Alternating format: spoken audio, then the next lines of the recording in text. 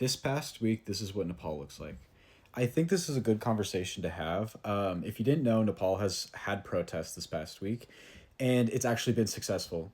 So, how it started was on social media, Nepo babies through politics were flexing designers such as Louis Vuitton. And if you didn't know, Nepal has a extremely high poverty rate, which is above 20%.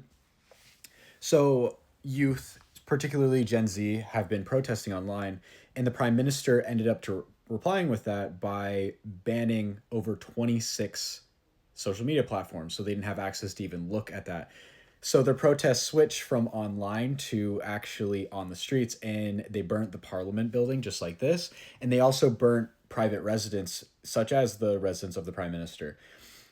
During this protest, they ended up opening fire on protesters, and at the time, 19 were dead. I think casualties have grown since then.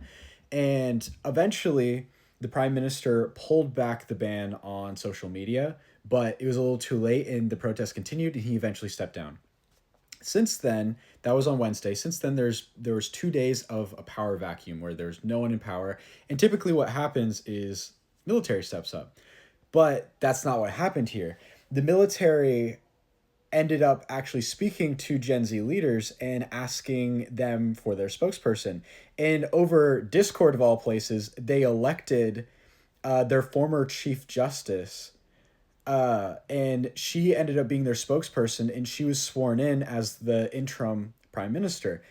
And I think it's a very interesting thing because with solidarity, we can absolutely make change because the youth of Nepal absolutely created change. They still have a lot of work to do, but they unified, had solidarity, and actually pushed for the change that they wanted, and they're actually starting to do so, which I think is very interesting.